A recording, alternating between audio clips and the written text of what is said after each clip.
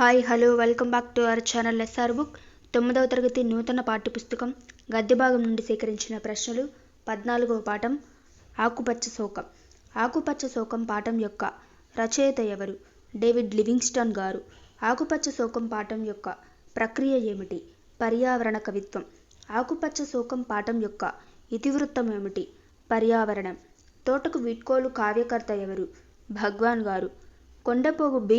David Livingstone గారి కవితా సంపుటాలు ఏవి? దీపాలు, అరణ్యంలో కేక, దగ్ధ దృశ్యం, ఆకుపచ్చ శోకం మొదలైన కవితా సంపుటాలు వెలువరించారు. కొండపోగు బి. డేవిడ్ లివింగ్స్టన్ గారి వ్యాసాలు ఏవి? కుర్చీ చెప్పిన చర్చీ కథలు, అపూర్వయానం నవల, విశ్వధర్మం పేరు మీద ఆధ్యాత్మిక వేశాలు రాశారు. ఆకుపచ్చ శోకం పాఠం యొక్క మూల గ్రంథం ఏది? ఆకుపచ్చ శోకం కవితా సంకలనంలోనిది. తులసి గౌడను స్థానికులు ఏమని పిలుస్తారు? వృక్షదేవిగా పిలుస్తారు. తులసి గౌడను ఏ అవార్డుతో సత్కరించారు?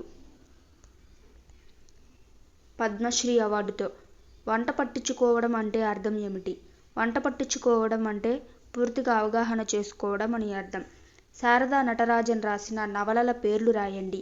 మంచి చెడు, అపస్వరాలు, ఏది సత్యం, చీకటి తెరలు ఆయన రాసిన నవలలు. అర్థాలు: హరితము అను పదమునకు అర్థం పచ్చదనం.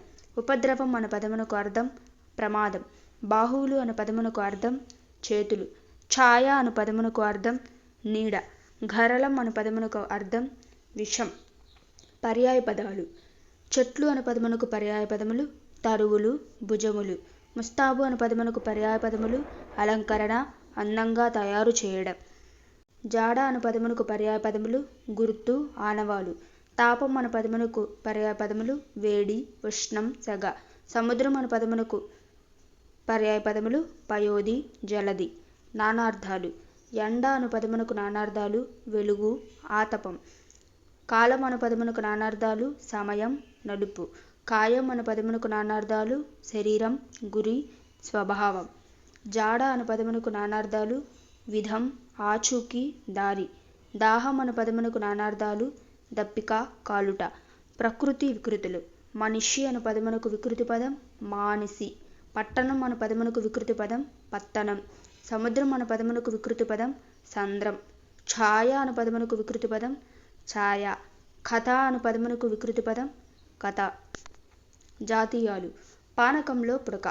వివరణ: చాలా ఆనందకరమైన సందర్భంలో సంబంధం లేనిదేదో చెప్పి ఆ సందర్భానికి ఆటంకం కలిగిన సందర్భంలో పానకంలో పుడక అనే జాతీయాన్ని ఉపయోగిస్తారు.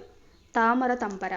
వివరణ: చెరువులో తామర తీగ తొందరగా విస్తరిస్తుంది. అలాగే ఏదైనా తొందరగా విస్తరిస్తున్న సందర్భంలో తామర తంపర అనే జాతీయాన్ని ఉపయోగించడం జరుగుతుంది. కూర్చున్న కొమ్మను నరుక్కోవడం. వివరణ: కూర్చున్న కొమ్మను నరుక్కుంటే ఎవడైనా కింద పడతాడు.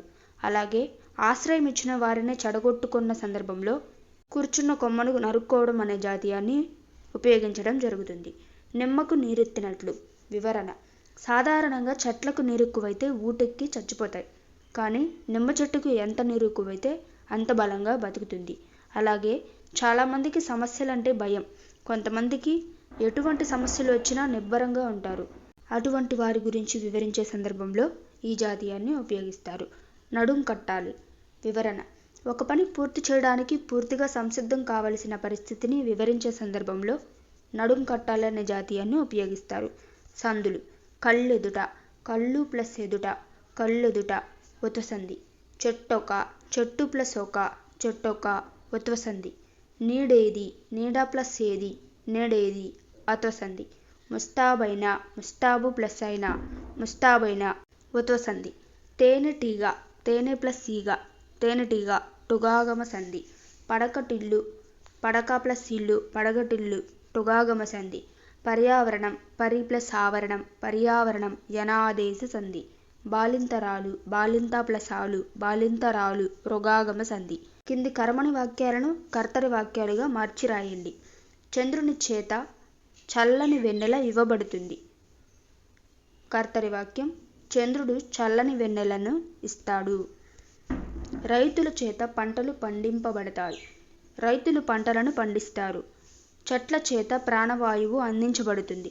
చెట్లు ప్రాణవాయువును అందిస్తాయి. గోపి చేత మొక్క నాటబడింది. గోపి మొక్క నాటాడు. సమాసాలు. సమాసపదం విగ్రహవాక్యం సమాసం. చెట్టు చేమలు. చెట్టును చేమలను ద్వంద్వ సమాసం. ఆకుపచ్చ శోకం. ఆకుపచ్చనైన శోకం. విశేషణ పూర్వపద కర్మాధారయ సమాసం. జానెడు నీడ. జానెడైన నీడ.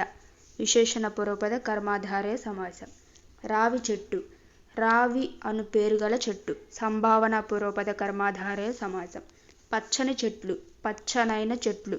విశేషణ పూర్వపద కర్మాధారయ సమాసం. అలంకారాలు. ఆక్టోపస్ విస్తరిస్తే మనిషి బాహువులు హరితాన్ని హాంఫర్ట్ చేస్తున్నాయి.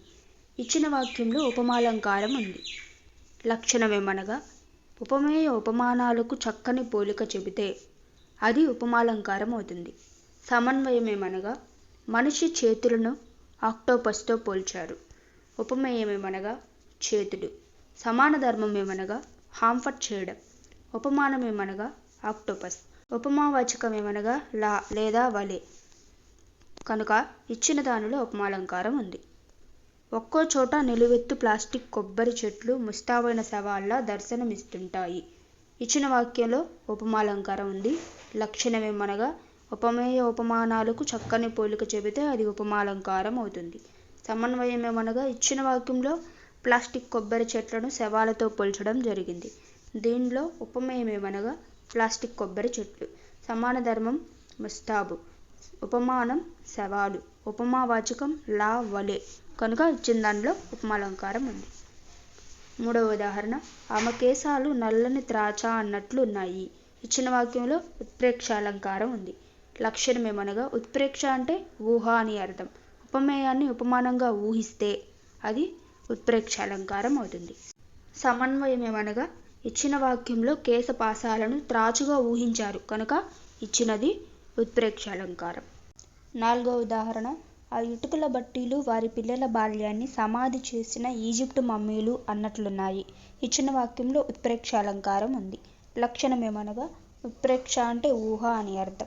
సమన్వయమేమనగా ఉపమేయమైన ఇటుకల బట్టీలను ఉపమానమైన ఈజిప్టు మమ్మీలుగా ఊహించడం జరిగింది కాబట్టి ఇది ఉత్ప్రేక్షాలంకారం అవుతుంది. టైపింగ్ మిస్టేక్ అయింది, చెక్ చేసుకోండి.